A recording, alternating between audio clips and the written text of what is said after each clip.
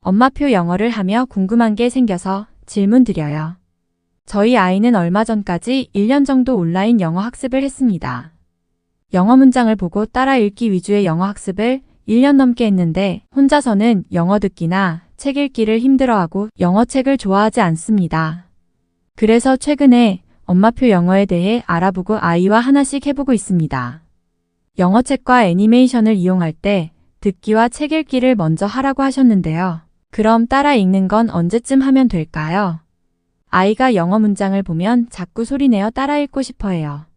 그런데 아직은 영어 듣기도 잘 안 되는 것 같고 혼자 책을 읽는 것도 힘들어 해요. 일단 아이에게 듣기와 읽기를 먼저 해보자고 이야기는 했는데 낭독은 언제쯤 하면 될까요? 안녕하세요. 미라클맘입니다.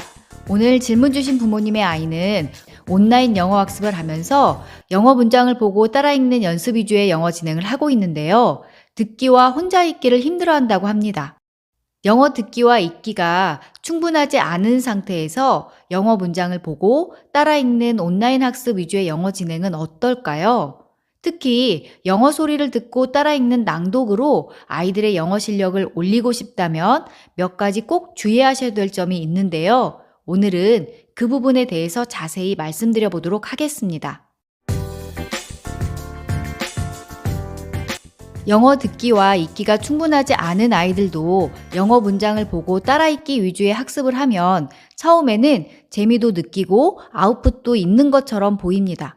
하지만 얼마 지나지 않아 따라 읽기 위주의 영어 학습은 한계를 느끼게 됩니다.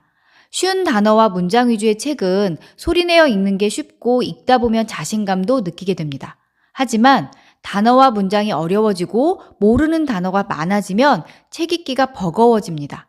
또한 레벨이 높아지면 점점 책의 분량이 많아지게 되는데요. 분량이 많은 책을 소리내어 읽게 되면 아이들이 체력 면에서도 많이 힘들어해서 다독으로 이어지기가 어렵습니다. 결국 처음에는 재미를 느꼈던 따라 읽기가 레벨이 높아지면서 영어책 읽기에 대한 자신감이 떨어지고 분량이 많아지면서 책 읽기가 버겁고 다독을 하기도 힘들어집니다. 이런 진행이 계속되면 재밌고 꾸준한 책 읽기가 어렵고 영어 실력도 올리기 힘든 상황이 됩니다. 질문 주신 부모님의 아이는 책을 보면 소리내어 따라 읽고 싶어 하는데 막상 혼자 책을 읽게 하면 혼자 읽는 책 읽기는 힘들어한다고 했습니다.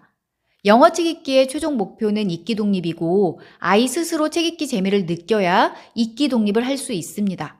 그런데 따라 읽기 위주의 영어책 읽기만 하다 보면 능동적인 책 읽기가 힘듭니다. 매번 소리를 듣고 따라 읽다 보니 소리 없이 혼자 읽는 능동적인 책 읽기는 어려움을 느낄 수밖에 없습니다. 그렇다면 능동적인 책 읽기를 위해서 아이가 혼자 소리내어 읽는 건 어떨까요? 혼자서 소리내어 읽기 역시 모르는 단어가 나왔을 때 책 읽기에 어려움을 느끼고 분량이 많은 책 읽기도 어렵습니다. 앞에서 소리를 듣고 따라 읽기 위주의 진행이 아이들에게 부담을 줄 수 있고 레벨이 높아지고 분량이 많아지면 책 읽기가 어렵다고 말씀드렸는데요. 하지만 제대로 활용한다면 소리를 듣고 따라 읽는 낭독은 아이들이 영어를 습득하는데 장점이 아주 많은 영어 학습 방법입니다. 듣기 능력을 향상시킬 수 있고 영어 학습 효과와 스피킹 측면에서도 아주 좋은 영어책 읽기 방법입니다.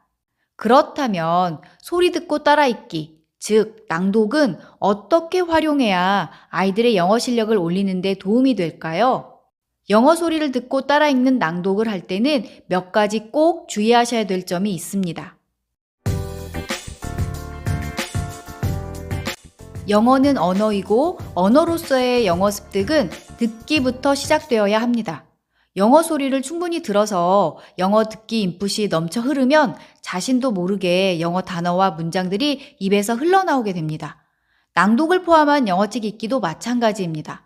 충분한 영어 소리 듣기가 선행된 아이들은 영어책 읽기를 시작했을 때 그렇지 않은 아이들에 비해서 더 쉽게 책 읽기를 하고 재미도 느끼게 됩니다. 따라서 영상물 흘려듣기 같은 영어 듣기를 먼저 진행해서 소리 인풋을 채운 상태에서 낭독을 시작한다면 더 효율적인 진행이 될 수 있습니다.